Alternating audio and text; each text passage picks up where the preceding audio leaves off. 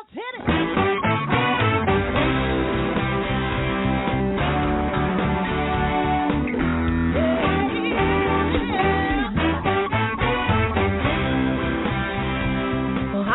And welcome to Alzheimer Speaks Radio. I'm your host, Lori LeBay, and I'm so excited that you're joining us today.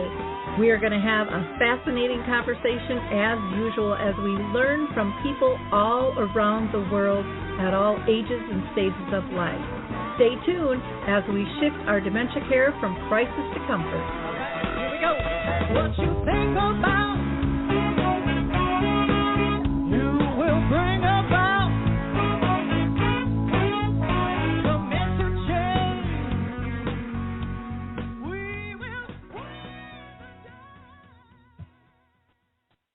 Well, hello, everyone, and welcome back to Alzheimer Speaks Radio. We're going to have a really interesting conversation today about caring for the caregivers.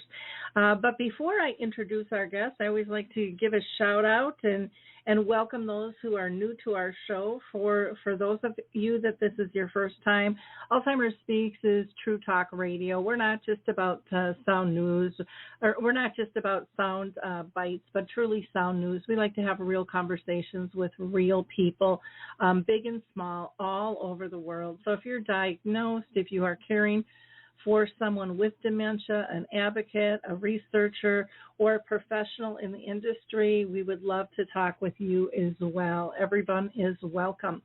And the number today, because we are live, so if you have questions or comments, you can call in, is 323-870-4602. Let's see, I do want to give a shout out to Brookdale Senior Living of North Oaks. I facilitate a support group for them, connecting caregivers with others. We do that the last Wednesday of each month. That is meeting in person at this time from 10 to 11 a.m. at the Shoreview Community Center. And then Arthur's Senior Living and Senior Care, we do a memory cafe the second and fourth Wednesday of each month at 1 o'clock, and that is virtual, and people around the world are welcome to join that. And then this week, also on October 21st, I'm going to be doing an in-person presentation that is sponsored by the Waters of White Bear, and it's entitled Dementia Shifting from Crisis to Comfort. That'll be at 4 p.m., and masks are required. You can find out about all of these events at alzheimerspeaks.com. We also have a couple of international conferences that are coming up. One is the Plymouth International Virtual Dementia Conference. That's going to be held October 27th, November 3rd, and November 10th. That is free of charge. They're going to be talking about the challenges and solutions in a COVID world.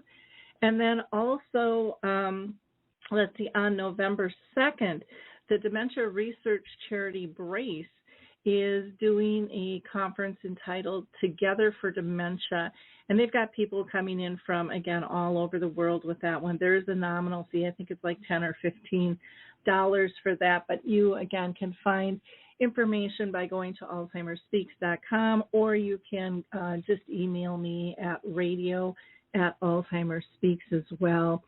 And then I do want to, of course, mention Dementia Map. We are getting new people and new companies and levels of support for you there. It is a free service, internet available 24/7, so check it out. And if you are a organization or an individual that has resources, products, or tools, we'd love you to join us. So, again, just reach out to me on that. I would be more than glad to show you how it all works. And, again, just go to dementiamap.com. We're going to hear from the footbar walker real quick, and we'll be right back with our guest.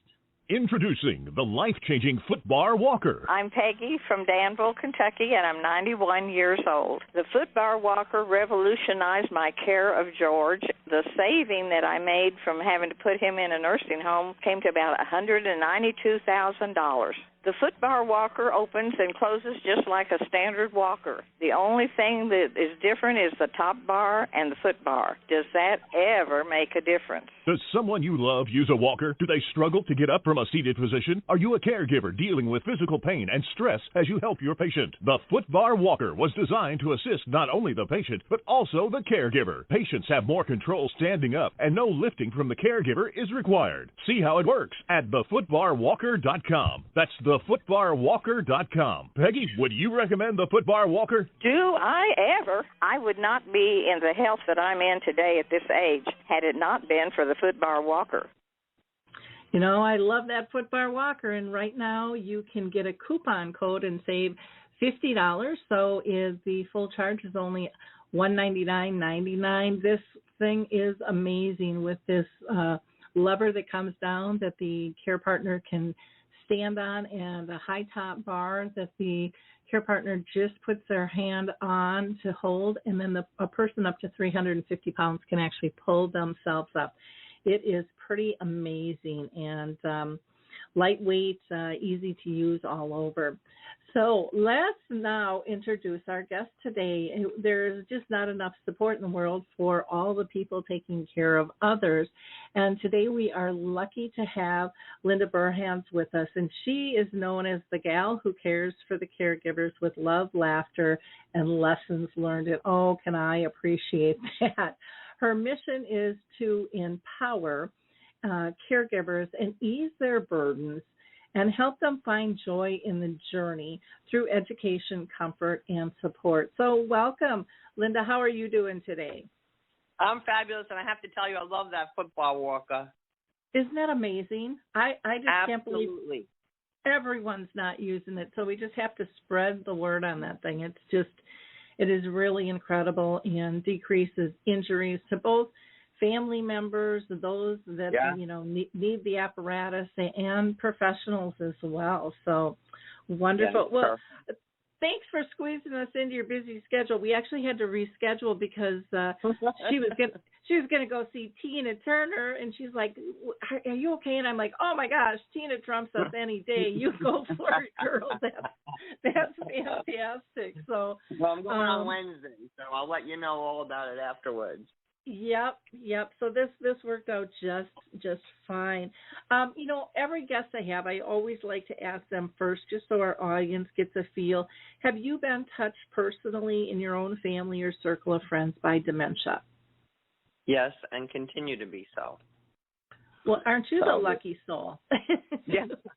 Well, you know, years ago, you remember Rosalind Carter said, "You are a caregiver. You have been a caregiver. You will be a caregiver. Or someone will be taking care of you." So I always tell everybody it's an equal opportunity employer. Everybody gets an opportunity there somewhere. Yep. Well, and that is so true, and I think that's one of the things that, I think people view caregiving as a negative, but we are throughout our whole lives, if we know it or not. The role changes, and we just have to be better prepared for that. And again, knowing that someday, we're going to need support, and if we are honest and look back in our life, we already have had support in many different fashions from friends and family. Now, I want to ask you, because, you talk to so many people, what do you see as one of the biggest challenges that caregivers have? Or some people refer to them as carers, care partners, care companions. Doesn't make any difference what the word is. It's the role you're playing. But what do you say are the two biggest things they say when they come into a support group is, number one, my life wasn't supposed to be this way. Mm-hmm. And number two, what happened to my family and friends. Mm-hmm. Because I think people don't know how to help us. I think people are afraid of the disease. I think they don't know how to deal with it. And I think as caregivers, care partners, whatever word we want to use, we have to teach them how to do that. We have to accept help when it's offered to us. We have to help them. Like a lot of people will say to me, when people come over, they don't know what to talk to mom about, so they just kind of sit there awkwardly. They don't really even know what to do. And I say, just make a memory box. If mom was a Girl Scout leader, print out some pictures of Girl Scouts. If she lived in Brooklyn, put some pictures of Brooklyn. And if you want to go one step further, on the back, write down what her old address was or what her troop number is. because then you can get into an instant conversation. And that means so much to the person who's caring for them, because it gives you a chance to breathe just because they're having a conversation with somebody else. I always say that caregiving can be the most horrific experience of your life or close to beautiful, depending on how you handle it. Totally agree with you there, because people ask me that all the time, is how'd you get to the joy? Where's is it door number 1, 2, or 3? Which one? Just tell me. And it's not that easy, because it really is lessons learned throughout. And education. Mm-hmm. Yep. Education is the most important thing. Yep. Well, and don't you think also being open to changing our delivery styles and our expectations, which I think is what we teach, through the education. But I think a lot of times, we're sold on a magic pill is supposed to fix it. If I just do this, it will be on track. And dementia, dementia is very fluid.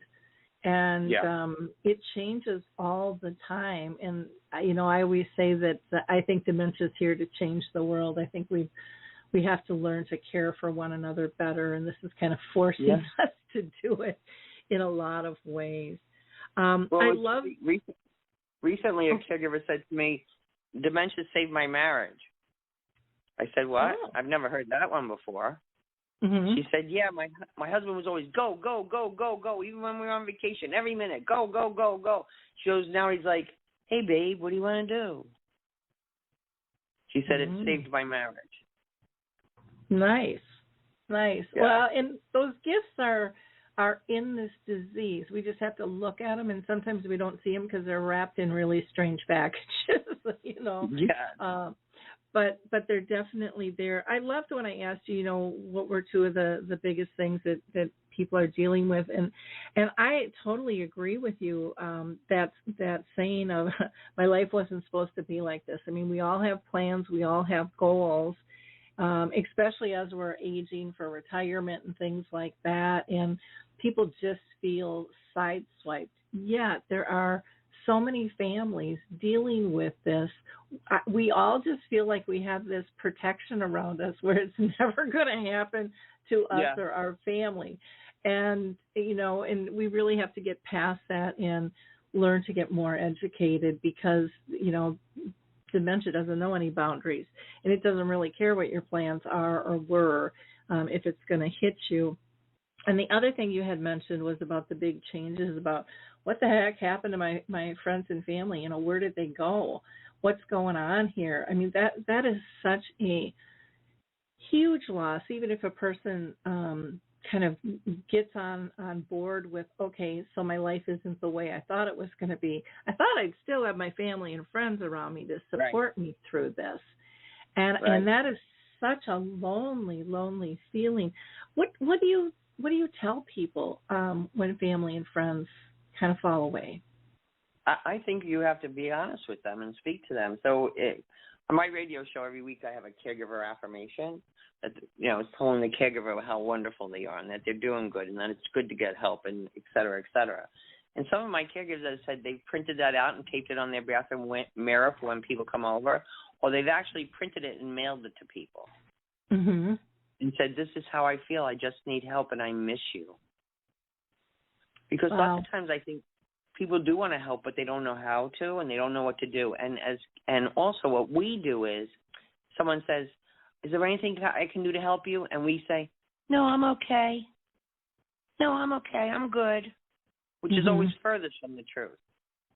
Yeah. And I think part of that comes because caregivers are already running around this little tornado. Now you ask me, what can I help you with? I can't even think straight. Now you gave me something else to put on my plate to think about what I can, you guys can help you with. Yeah. So it is hard, though, for people, because they don't want to be intrusive either.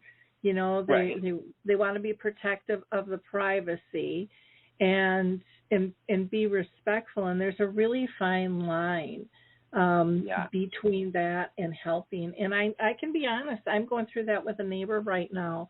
And you would think I would know, better than most, just because of what I do and what I've gone through.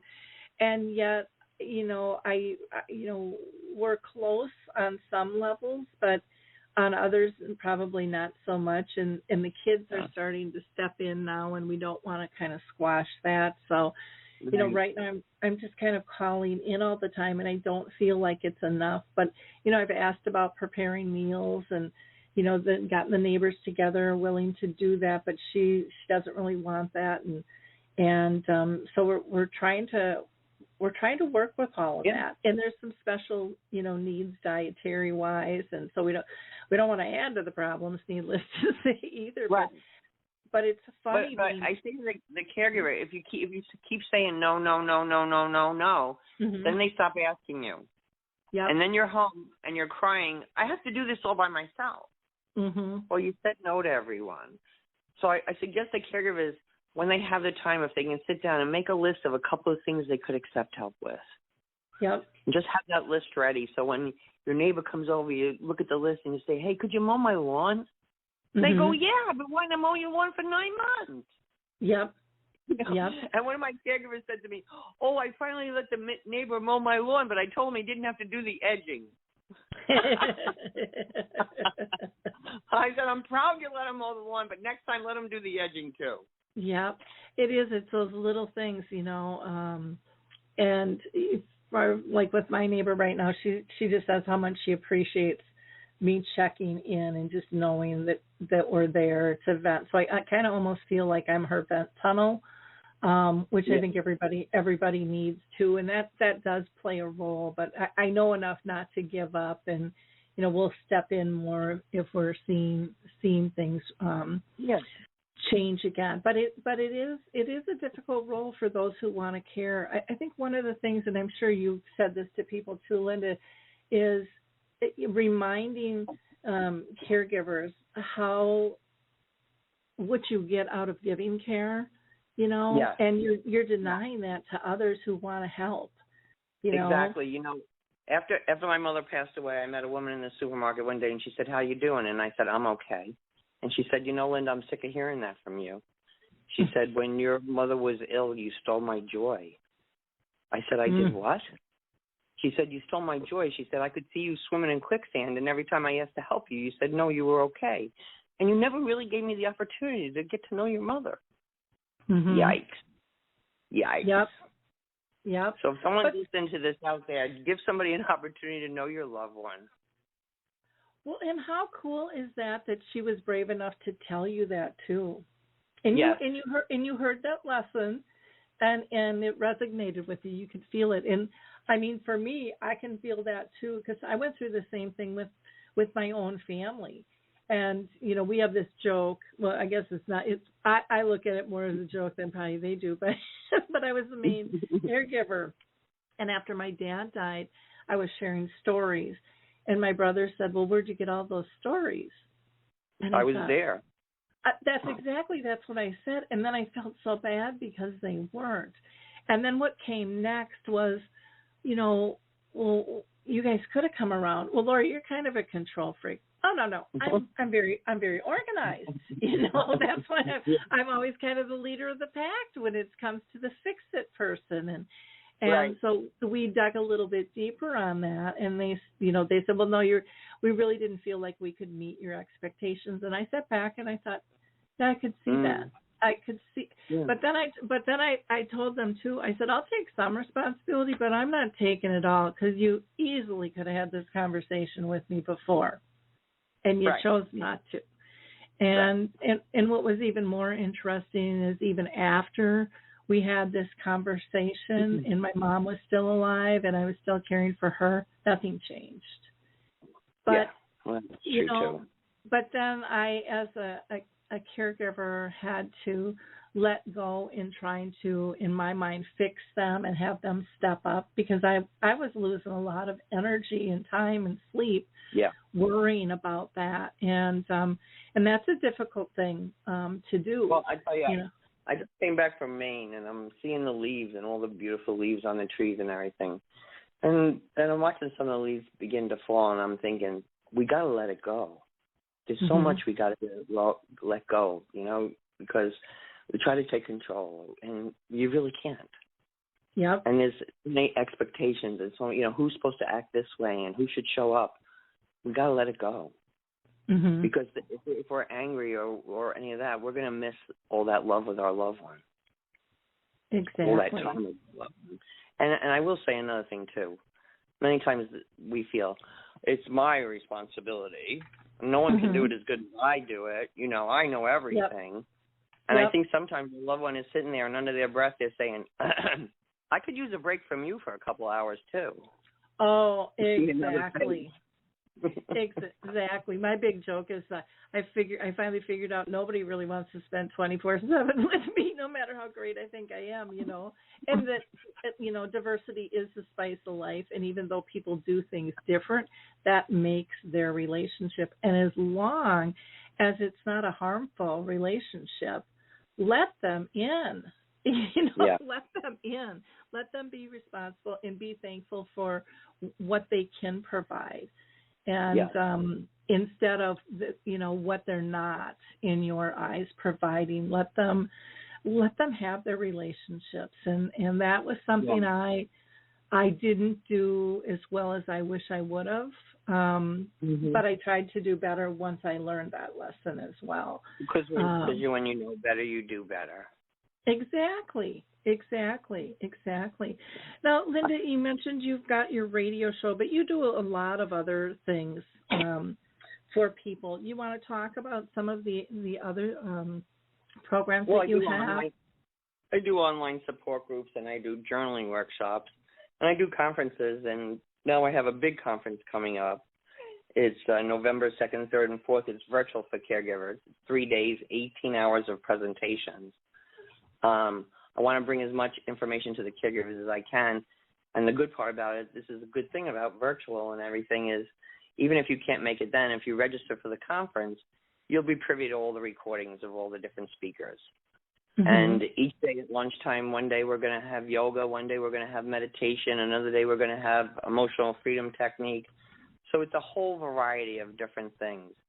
I just feel that the more education the caregivers can have, they feel less alone, and they just know how to do a better job for their loved one and for themselves. Exactly. Now, in your support groups, I would imagine, that people share. That's kind of what they're all about. What kinds of things do you hear from caregivers in your support group about the group itself?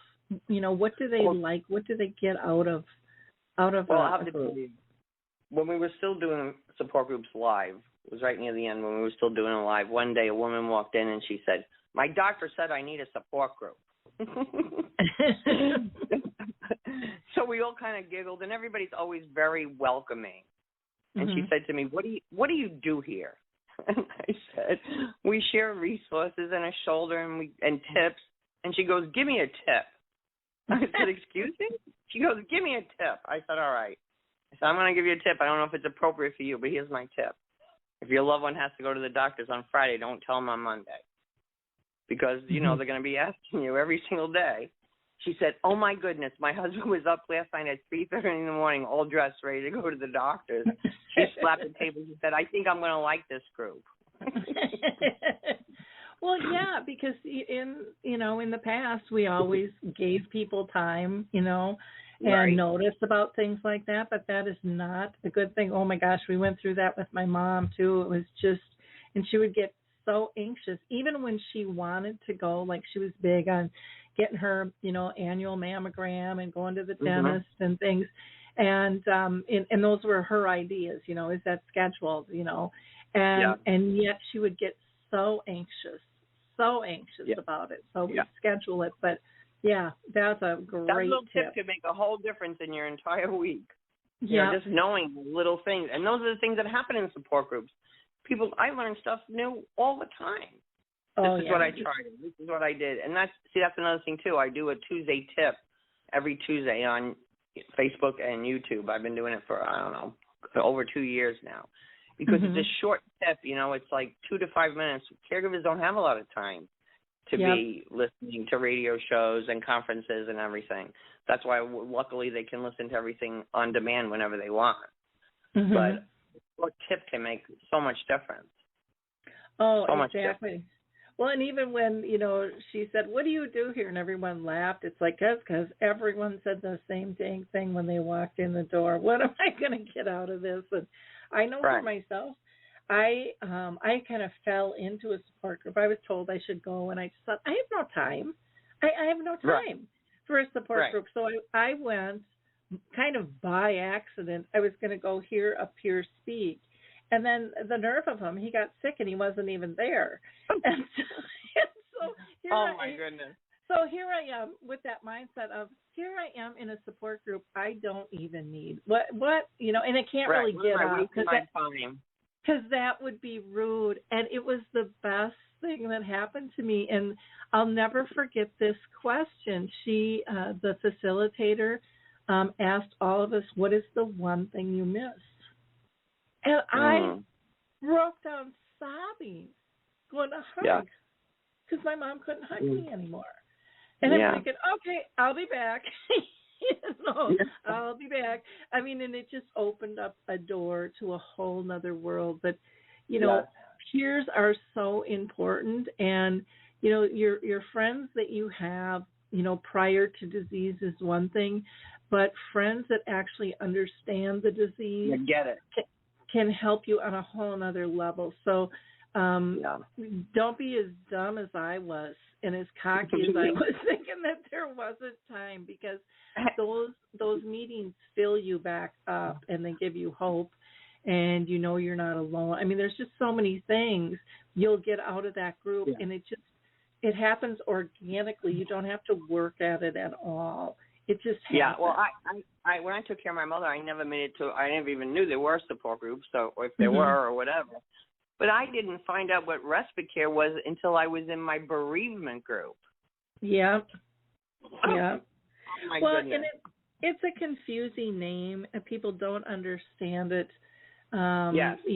I wish someone would come up with a new name for that one, because it's kind of right up there too but I think people know about hospice, but they just think, if I put them in hospice, they're going to die tomorrow, and that's not the way that works either. I mean, my mom was on hospice, and, she got better because of the attention she got. She lived 3.5 more years. And then, when it was time for her to pass, and she was put back on hospice, and that time, it was her time.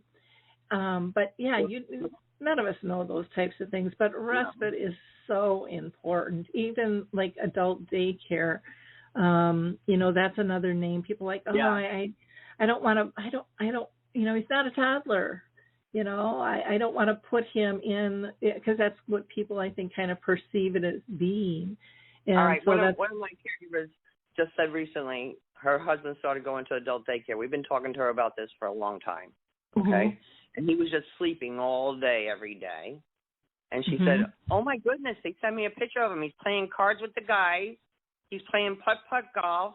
She goes, "I hadn't heard him laugh in a year." Yeah. Oh, my goodness. And then I have 2 women in my one support group that both take care of their moms, and both of their moms have about the same diagnosis. They're at the same stage. And on Tuesdays, the one woman takes both the moms for 4 hours. On Thursday, the other woman takes both the moms for 4 hours. And on Fridays, they get together and they have lunch and go to the park. So each one gets 4 hours of time to themselves, and their loved one is enjoying more things that are going on. Oh, sweet. That's neat. And you do see people pair up like that. There's a gal, I don't know if you know her. She's down in Florida, because that's where you're at, correct? Yeah. Aren't you? Yeah. Okay, Joy Goodman.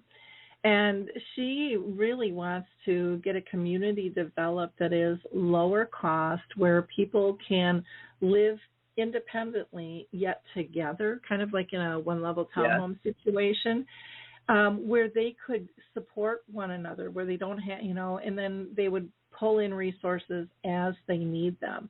But it would basically be for people caring for a loved one with dementia, and they all just live together supporting one another, instead of having that distance between them, and being able just to help with that respite and to help find the joy in the journey. My girlfriend was traveling recently, and I can't remember exactly where she was, but it was a community for adults, and what it was is it was for adults and college students, Mm-hmm. and they all lived together in the same building. Yeah. Okay, they had their own like little apartments, and the college students got a really cheap rent, but they had to help one of the other people 20 hours a week. Yeah. Whether it was food shopping or entertainment or whatever. And you see, she said there's all these seniors walking around with football jerseys on, and he said it was just absolutely delightful. And we have to start thinking of some other alternatives. Exactly. I love that. I know there's a couple of communities that will have like interns, and they give them free housing. You know, to live within the community, especially a lot of these small college towns. You know, that would be something really easily to pull together there. Let's talk a little bit about finding purpose for a loved one. Mm-hmm. That's a big one. Mm-hmm. I think what happens is people come and they say, Mom is just sitting in the chair. Mom doesn't do anything. Well, first of all, you probably took everything away from Mom. Mm-hmm. Because I find out many times, you know, for me to make the fruit salad, I can cut it in 10 minutes. It might take Mom a half hour. So we start doing it ourselves, and we kind of take stuff away from Mom. And then Mom doesn't have too much to do, or we don't know what Mom wants to do. So, for instance, my mom would say to me, Linda, is there anything I can do to help you? And I'd say, there's some laundry there if you would like to fold it. And she'd say, I don't want to do that. Mm-hmm. Okay. An hour later, anything I can do to help you? I said, there's some dishes. And I don't want to do that. Well, my mother was a legal secretary, and that was a big deal to her in the day. Mm-hmm. So I went to Staples and bought 500 envelopes and printed out 500 phony labels and 500 phony letters and just said, Mom, if you could fold these and put them in the envelopes and put the labels on for me, it would help me so much. Mm-hmm. And it took her like 5 nights watching Wheel of Fortune and Jeopardy to do it. But when she handed it to me, she was so proud that she helped me. Oh, absolutely. She was so proud.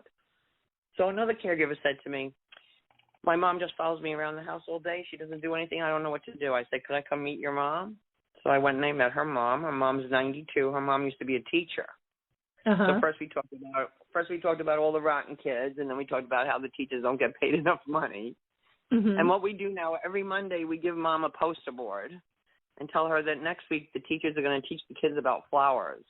So, Mom, we need you to cut all the flowers out of these magazines and glue it on the poster board, and there can't be any white spots. Mm-hmm. And it takes her 2 hours a day, 5 days a week to do it. And she actually started bringing some of the poster boards to the school, and the kids started sending thank you notes. Oh, cool. So she feels she's still a teacher. Yep. You know, let me tell you one other one. I have a woman who her mother was a seamstress. So we give her a huge jar filled with buttons and then all little containers to sort them. So sometimes she sorts them by color, sometimes by size, sometimes by shape. But then every now and then she picks up that one button and she's like, just like on the dress I made you in 2nd grade. And they have a conversation. Oh, so, yeah. You don't know what's going to trigger a conversation. What's going to, spark a memory. I love those ideas. Well, and I think the stigmas out there are still so strong about a person with dementia. You know, so many people still think it's end stages, and they can't communicate. They're in a wheelchair. They're drooling. Blah blah blah, and they don't know. Some of these people are still driving. Some people, are still very active in that the disease hits different parts of the brains for different people. So somebody still might be able to read to children where another person can't read anymore. There's so many different levels. I'm doing I just have kicked out, we did a pilot for Arts and Dementia Educational Panel. And we're gonna do it once a quarter. So that people can kind of get their arts together. But it was so profound, Linda, to hear them talk about their art, show us their samples, and describe what it meant to them. Like there's some did face masks, and some just painted the outside of the face mask. And then one woman painted one thing on the outside, then she painted another thing on the inside. And she says, this is what I like to project, but this is what I'm feeling. And she turned it around, and you just kind of go, whoa. Yeah. And another, we've had coloring, poetry, painting. One woman paints with different, I didn't even know this was a thing, different colors of coffee. It was gorgeous. Really? Different hues of coffee. And it's amazing. Yeah, and then one did clay, and the clay piece was so powerful too. It was like a square face, and it was just gray, and it just had kind of slit eyes and a slit mouth, and even I, who know better, was thinking, oh, okay, that's interesting. It didn't look real artsy to me. And then he started explaining this piece, and he took this cube that I thought was all gray, and he turned it to the side, and in the back it had blue and yellow and green just flowing out the back of the head. And then he said, now in the face, he says, I don't feel a lot of emotion, so that's why, my face is it's not showing any emotion. And he said, in the back side, he said, this is the flowing out of my memories that I can't control.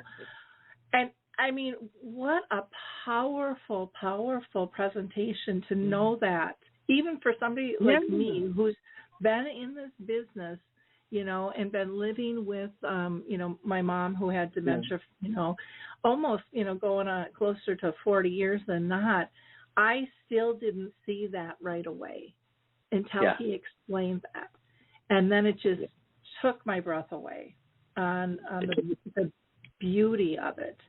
And I can't wait for more people to talk about what they can do. Or you have like Daniel Potts' father, who, they didn't know he was an artist until after the fact. And, a lot of people and what they're doing, they can find purpose in so many different ways if we let them.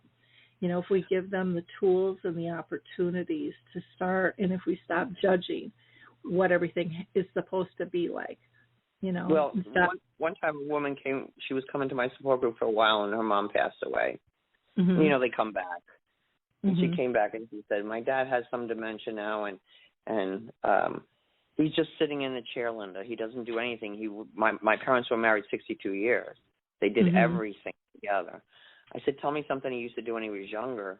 She said he used to build these big model ships. I said, could he still do that? She said, no, his hands are kind of arthritic. I said, do you want to try an experiment? She said, sure, I'll try anything. They go to the craft store. They have wooden cars. There's like maybe 6 to 8 pieces to put them together. I said, buy a dozen of them. I said, I know a nursery school that could use them. And ask Dad, do you think he could paint these and put them together for the nursery school? Well, before he had passed away, he was up to like 70 dozen cars and boats, shipping them to schools, Skyping with kids in different schools. Every morning he got up. He had his purpose to make the boats and make the cars. And I said to her, boy, that must have got pretty expensive. She goes, you know what? It was cheaper than the antidepressant he had been taking. Yeah, yeah. It's wow. That purpose is so important. I'm going to share a story of just with my mom. I was selling real estate, and I used to help families transition people into, different care homes, from assisted living to market rate to memory care and nursing homes. And when it came time for my own mom to move, I was like, well, no, I can do better than that. All of a sudden, I'm a little different than everyone else. And so it was kind of funny. We had talked as a family, and the goal was always, and Mom wanted to come live with us. Well, my dad ended up dying first, which no one expected my dad to die first. And she, after about 3 weeks of him being in the nursing home, because he fell down 2 flights of steps, she said, she woke up just totally clear one morning and said, I want to move into the nursing home with Dad. And I remember out of my mouth was only, but that's not the plan.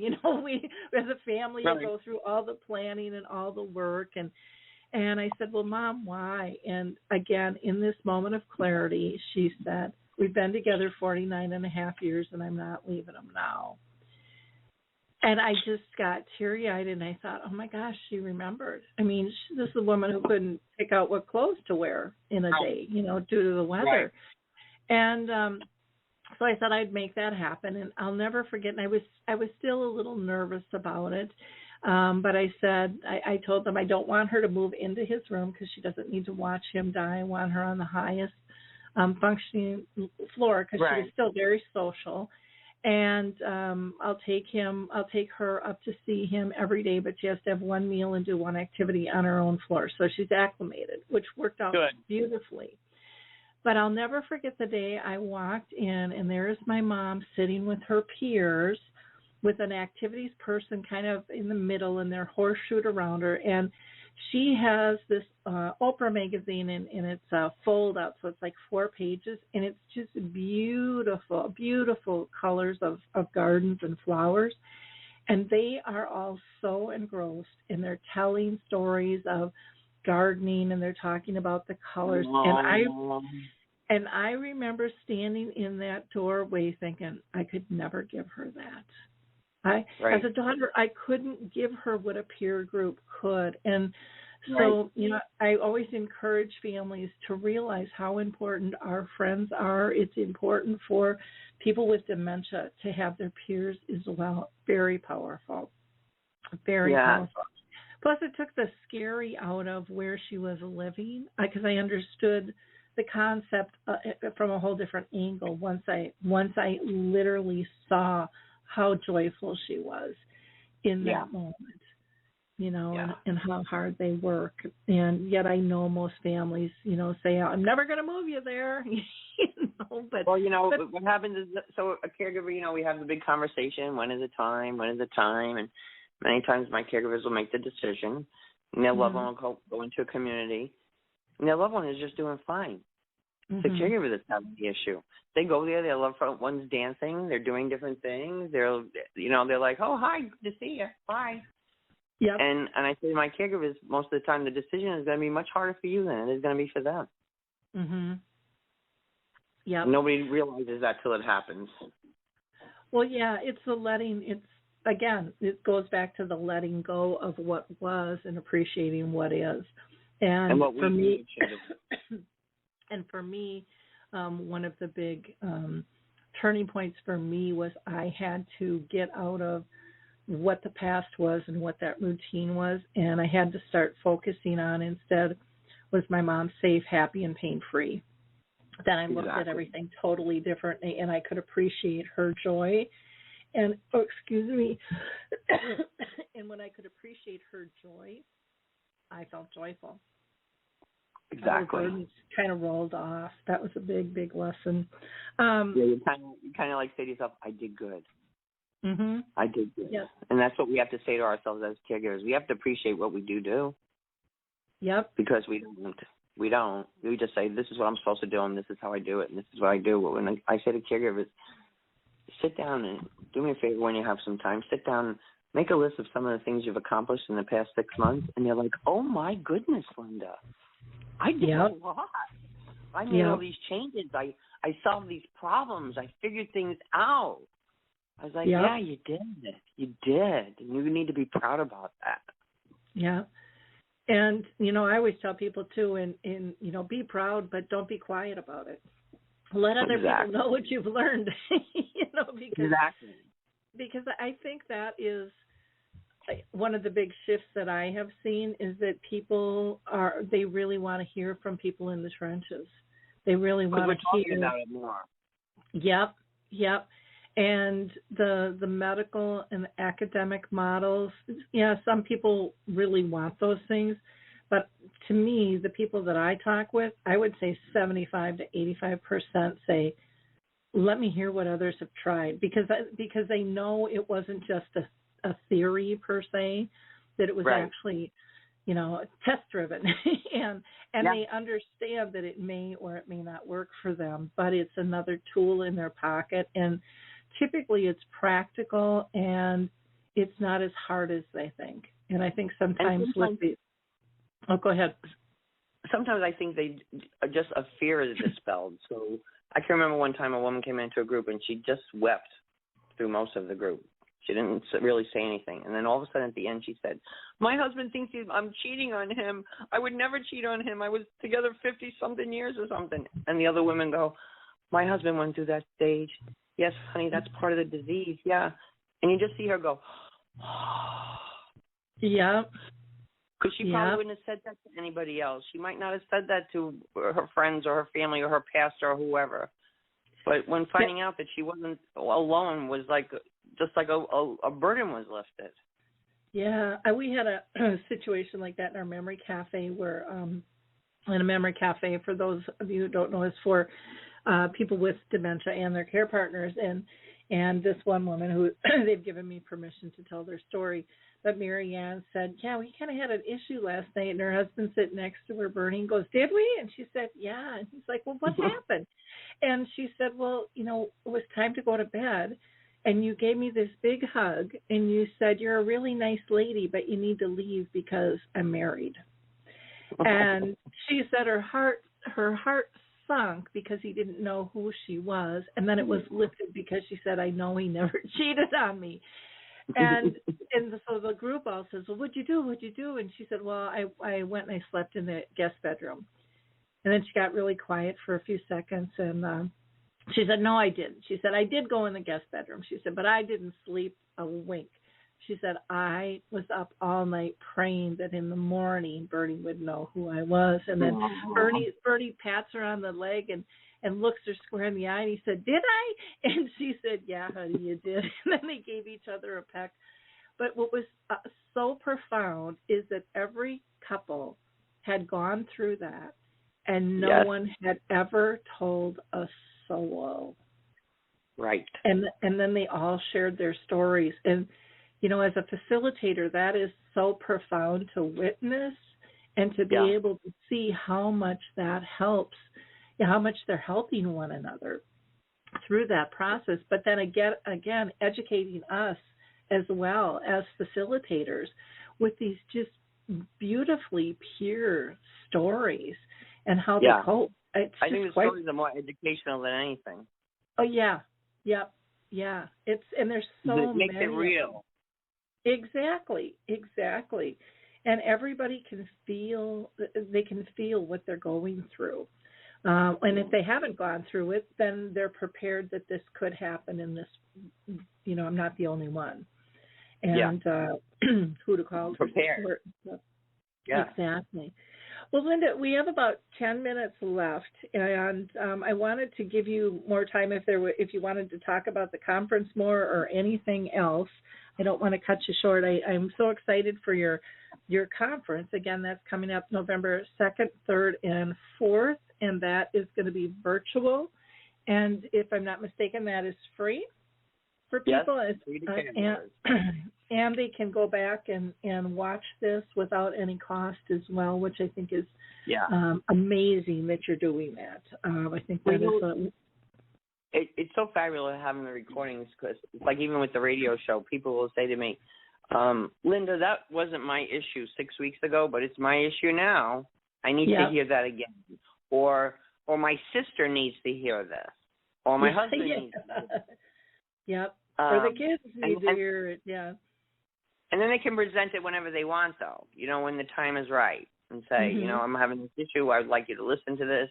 So that's what I love about having everything virtual and recordings. But I'm excited. We have Tam Cummings is our keynote speaker, and she's the author of Untangling Alzheimer's, and she's fabulous.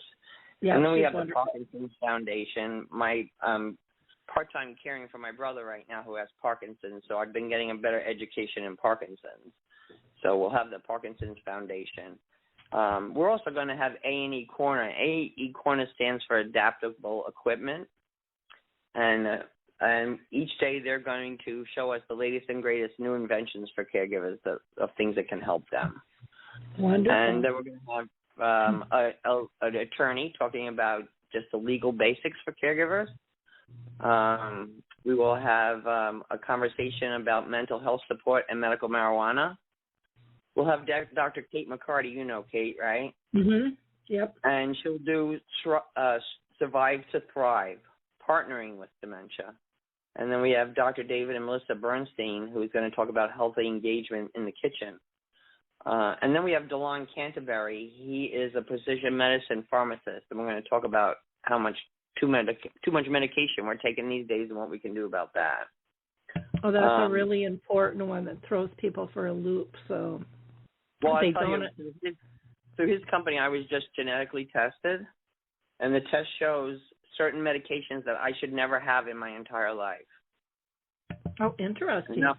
Now my doctor has that, because you know what happens with people that take the wrong medication or something that's bad. Yeah. And it also showed that I'm a fast burner. So certain medications, if they were given to me, I would need like double of a dose, or else it wouldn't be effective. So I think that's very interesting. And then we're going to have Maureen Rulison and Brian LeBlanc, Living with Dementia Strong. Brian has Alzheimer's, and they are partners, and they talk just straight day-to-day stuff of what's going on. Like I said to Brian one day, because every time they come on the radio show, they're a hit. And I said, Brian, what's something that really bothers you that people do? And he said, you know, Maureen and I will just be standing around chatting, and people will come over and chat with us. Hi, how you doing? He goes, and then they lean into her ear and they whisper, how's he doing? He says, I'm not deaf. I have Alzheimer's. Yep. You know? So true. He gives a lot of insightful things, so they'll be fabulous. And then we have Pastor Kurt Seatfeld, and he's going to talk about making your faith community dementia-friendly, which I think is really important. You know, his organization actually was who I worked with to start the first dementia-friendly community in the U.S. with Wisconsin, was the Lutheran Home Association. Wow. Yeah, he's fabulous. I'm very, very happy. And then we have Seasons Hospice, and they're going to talk about music therapy and legacy at the end of life. And we have Teresa Wilbanks with Sustainable Caregiving, and she's going to talk about navigating the caregiver river. And then Debbie Savage, Coping with Dementia, Steps for Becoming a Dementia-Friendly Community. And then Officer Joel Quattlebaum will talk about scams and how to keep your seniors safe. I think there's something there for everyone. And I hope they'll take advantage. It sounds great. One thing you might want to mention to him, and just even to your group, I did not know about this one, but it's on Dementia Map. It's called Careful. And Careful monitors can monitor everyone's accounts. So if someone is double paying a bill, or if they haven't paid a bill, or if there's unusual activity, you can get alerted. Yeah. You can get alerted, and it's the subscription fee is just nominal compared to the headaches, you know, that can occur. I just had a good friend who was in early stages with Alzheimer's, and she got caught by a scammer who asked her to bring $4,500 to Target to buy. Excuse me, my allergies are killing me. To buy credit cards, you know, gift cards, and then they told her to don't leave the store until you call us with the numbers on them. And Target saw what was happening, and then they stopped it. They refund everything and thank goodness. Yep. But it was so. What people need to understand is you know, places like Careful and things can really, really help, or you know, GrandPad, where people can't get scam calls in, but they can communicate outside. That experience devastated her so badly. She never really came back from that. She was so horrified and embarrassed. And one of her friends in my Kiwanis group, and she doesn't have dementia, was just scammed for $5,000. Oh, I mean, it happens. Yep.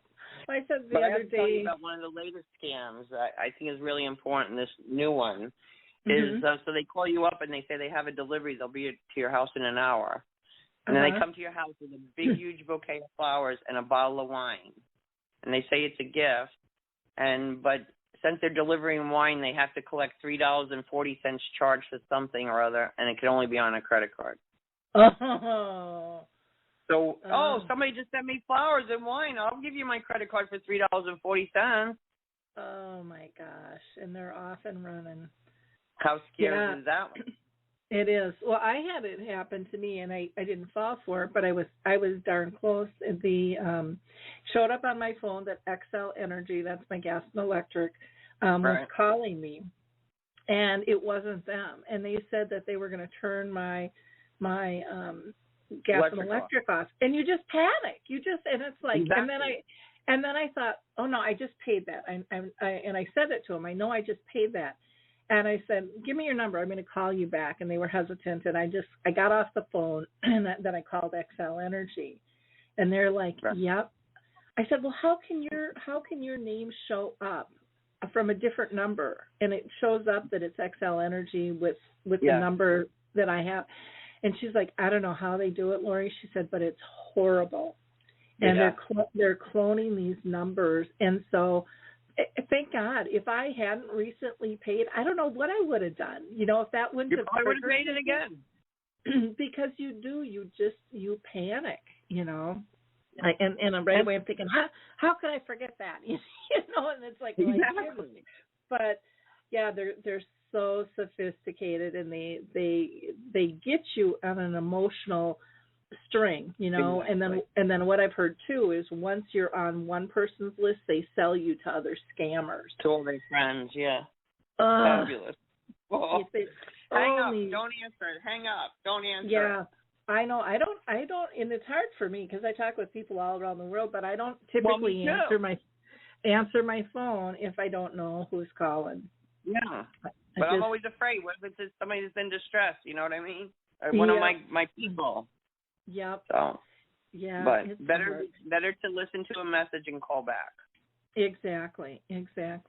Well, Linda, this has just been a wonderful conversation. I appreciate all you do so much. Again, we're talking with the gal who cares for the caregivers, and her website is lindaburhans.com, and the website for the conference, is connectingcaregiversconference.com.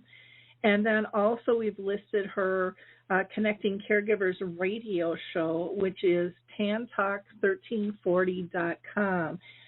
Please check her out. She does amazing work and continues to be a light in the world of caregiver, trying to help support people in any way that she can. So thank you so much for all you do, Linda. Thank you, my friend. All right, we need to chat more again soon. Okay, thank you. And for our listeners, please click, and share this show. I think Linda's given us a lot of great information here. And so again, don't be shy with resources. Pass it along, and let others know that you liked this and think that it's valuable information. You can always check out more resources for us at alzheimersspeaks.com. And again, I apologize for the frog in my throat today with my allergies. Have a great week, everyone, and we will be back tomorrow and Thursday again this week. Bye now.